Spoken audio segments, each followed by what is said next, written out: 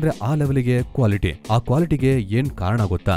ಮನುಷ್ಯರ ಕೊಬ್ಬು. ಶ್ರೀಮಂತರು ಕೆಲಸ ಮಾಡಿ ಕೊಬ್ಬನ್ನ ಕರಗ್ಸಕ್ ಆಗದೆ ಹಿಪೋಸಕ್ಷನ್ ಇಂದ ಅದನ್ನ ತೆಗಿತಾ ಇರ್ತಾರೆ. ಅಲ್ಲಿ ಹೋಗಿ ಆ ವೇಸ್ಟ್ ನ ತಗೊಂಡು ಸೋಪ್ ಮಾಡಿ ಮತ್ತೆ 5 ಸ್ಟಾರ್ ಹೋಟೆಲ್ಗೆ ಇವರು ಮಾರ್ತಾ ಇರ್ತಾರೆ. ಸಡನ್ ಆಗಿ ಆ ಜಾಗದಲ್ಲಿ ಜಾಕ್ ಬಾಬ್ ಅನ್ನ ನೋಡ್ತಾನೆ. ಇವನು ಆ ಕ್ಯಾನ್ಸರ್ ಗ್ರೂಪ್ ಇರುತ್ತಲ್ಲ, ಅಲ್ಲಿ ಹೋಗ್ದೆ ನಾವೊಂದು ಕ್ಲಬ್ ಅಲ್ಲಿ ಸೇರ್ಕೊಂಡಿದ್ದೀನಿ, ಅಲ್ಲಿ ಫೈಟ್ ಮಾಡ್ತಾರೆ, ಅದು ನಂಗೆ ಒಳ್ಳೆ ಥೆರಪಿ ಕೊಡ್ತಾ ಇದೆ ಅಂತ ಹೇಳ್ಬೇಕಾದ್ರೆ ನಾನು ಕೂಡ ಆ ಕ್ಲಬ್ ಅವನಂತ ಹೇಳಿ ಇವರಿಬ್ರು ಕ್ಲಬ್ ಅಲ್ಲಿ ಫೈಟ್ ಮಾಡ್ತಾರೆ.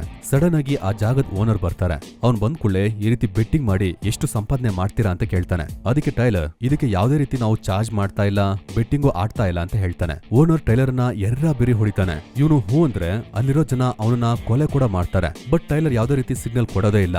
ಓನರ್ ಅವನ ಕೋಪವನ್ನ ಕಂಪ್ಲೀಟ್ ಆಗಿ ಟೈಲರ್ ಮೇಲೆ ತೋರಿಸ್ಬಿಟ್ಟು ಈ ಜಾಗವನ್ನ ಅವರಿಗೆ ಬಿಟ್ಕೊಟ್ಬಿಟ್ಟು ಓಡೋಗ್ತಾನೆ. ಇದಾದ ನಂತರ ಎಲ್ಲಾ ಮೆಂಬರ್ಸ್ಗೆ ಟೈಲರ್ ಹೋಮ್ ವರ್ಕ್ ಅನ್ನ ಕೊಡ್ತಾನೆ. ನೀವೆಲ್ಲರೂ ಕೂಡ ಹೊರಗಡೆ ಹೋಗ್ಬೇಕು, ಅನ್ನೋನ್ ಪರ್ಸನ್ ಜೊತೆ ಫೈಟ್ ಮಾಡ್ಬೇಕು ಅಂತ ಹೇಳ್ತಾನೆ. ಜಾಕ್ಗೆ ಗೊತ್ತು ಇದು ಸಾಧಾರಣ ಅಲ್ಲ. ನಾರ್ಮಲ್ ಜನ ಫೈಟ್ ಅನ್ನ ಜಾಸ್ತಿ ಇಷ್ಟಪಡಲ್ಲ, ಅದನ್ನ ಆದಷ್ಟು ಅವಾಯ್ಡ್ ಮಾಡ್ತಾರೆ. ಈ ಕಡೆ ಜಾಕ್ ಸ್ಟ್ರೈಟ್ ಆಗಿ ಅವನ ಬಾಸ್ ಹತ್ರ ಹೋಗಿ ನಾಳೆಯಿಂದ ನಾನು ಆಫೀಸಿಗೆ ಬರಲ್ಲ, ನಂಗೆ 53 ವಾರದ ಸ್ಯಾಲರಿ ಈಗ್ಲೇ ಬೇಕು ಅಂತ ಕೇಳ್ತಾನೆ. ಬಾಸ್ಗೆ ತುಂಬಾ ಕೋಪ ಬಂದು ಸೆಕ್ಯೂರಿಟಿನ ಕರೆದು ಇವನ್ನ ಒದ್ದು ಹೊರಗಾಕಿ ಅಂತ ಹೇಳ್ತಾನೆ. ಜಾಕ್ಗೆ ಬಾಸ್ ಜೊತೆ ಫೈಟ್ ಮಾಡಕ್ಕಾಗಲ್ಲ ಅಂತ ಗೊತ್ತು. ಬಾಸ್ ಇವನನ್ನ ಹೊಡೆದ ಹಾಗೆ ಇವನು ತಾನಾಗಿಯೇ ಇಂಜುರಿ ಮಾಡ್ಕೋತಾನೆ.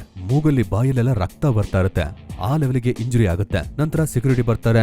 ನೋಡಿದ್ಕೂಳೆ ಬಾಸ್ ಹೊಡೆದಿರೋ ರೀತಿ ಕಾಣುತ್ತೆ. ಈಗ ಜಾಕ್ಗೆ ಜಾಕ್ಪಾಟ್ ಆಗಿ ಕೇಳಿ ಸ್ಯಾಲ್ರಿ, ಫ್ಲೈಟ್ ಟಿಕೆಟ್ ಮತ್ತೆ ಬಾಸ್ ಸಸ್ಪೆಂಡ್ ಆಗ್ತಾರೆ. ಆ ದುಡ್ಡಲ್ಲಿ ಈಗ ದಿನಾಲೂ ಕೂಡ ಫೈಟ್ ಕ್ಲಬ್ ಅನ್ನ ಅವನು ನಡೆಸಬಹುದು. ಆ ದುಡ್ಡಿಂದ ಇವರು ಯಾರಿಗೂ ಕೂಡ ಹರ್ಟ್ ಮಾಡಲ್ಲ, ವೆಪನ್ ನ ತಗೊಳಲ್ಲ. ಇವರ ಮೇನ್ ಮೋಟಿವ್ ಏನಂದ್ರೆ ಜನರನ್ನ ಗುಲಾಮರಾಗಿ ಇಟ್ಕೊಂಡಿರೋ ಸಿಸ್ಟಮ್ ಮತ್ತೆ ಮೆಟೀರಿಯಲ್ ಅನ್ನ ನಾಶ ಮಾಡೋದು. ನಂತರ ಒಂದು ಸ್ಟೋರ್ ಇಂದ ಒಬ್ಬನ ಧಮ್ಕಿ ಹಾಕಿ ಅವನ ಎಳ್ಕೊಂಡ್ಬಂದು ಮಂಡಿ ಊರ್ಸಿ ಕೂರ್ಸ್ಕೊಂಡು ಹೇಳು ನೀನ್ ಏನಾಗ್ಬೇಕಂತ ಅನ್ಕೊಂಡಿದ್ದೆ ಅಂತ ಗನ್ ಪಾಯಿಂಟ್ ಅಲ್ಲಿ ಅವನನ್ನ ಕೇಳ್ತಾರೆ. ಅವನಿಗೆ ವೆಟನರಿ ಡಾಕ್ಟರ್ ಆಗ್ಬೇಕು ಅಂತ ಆಸೆ. ಬಟ್ ಏನೋ ಒಂದು ಕಾರಣಕ್ಕೋಸ್ಕರ ಓದನ್ನ ಬಿಟ್ಟು ಇಲ್ಲಿ ಬಂದು ಕೆಲಸ ಮಾಡ್ತಾ ಇರ್ತಾನೆ. ಅದಕ್ಕೆ ಟೈಲರ್ ಜಾಬ್ ಅನ್ನ ಬಿಟ್ಬಿಟ್ಟು ನೀನು ಏನಾಗ್ಬೇಕು ಅಂತ ಅನ್ಕೊಂಡಿದ್ಯೋ ಇನ್ನು 6 ಮಂತ್ ಅಲ್ಲಿ ಆ ಸ್ಟಡೀಸ್ ಅನ್ನ ಕಂಟಿನ್ಯೂ ಮಾಡಿಲ್ಲ ಅಂದ್ರೆ ನಿನ್ನ ಅಡ್ರೆಸ್ ನನ್ನ ಕೈಯಲ್ಲಿದೆ, ನಾನಿನ್ನ ಕೊಂದ್ ಹಾಕ್ತೀನಿ ಅಂತ ಹೇಳ್ತಾನೆ. ಅದಕ್ಕೆ ಜಾಕ್ ಅಮಾಯಕರನ್ನ ಏನಕ್ಕೆ ಈ ರೀತಿ ಮಾಡ್ತಾ ಇದೆ ಅಂತ ಕೇಳಿದಕ್ಕೆ ನಾನು ಈ ರೀತಿ ಮಾಡಿಲ್ಲ ಅಂದ್ರೆ ಅವನ ಡ್ರೀಮ್ ಜಾಬ್ ಅನ್ನ ಅವನು ಮಾಡಲ್ಲ ಅಂತ ಹೇಳ್ತಾನೆ. ನಂತರ ಜಾಕ್ ಚೆಕ್ ಮಾಡ್ಬೇಕಾದ್ರೆ ಗನ್ ಅಲ್ಲಿ ಬುಲೆಟ್ಟೇ ಇರಲ್ಲ.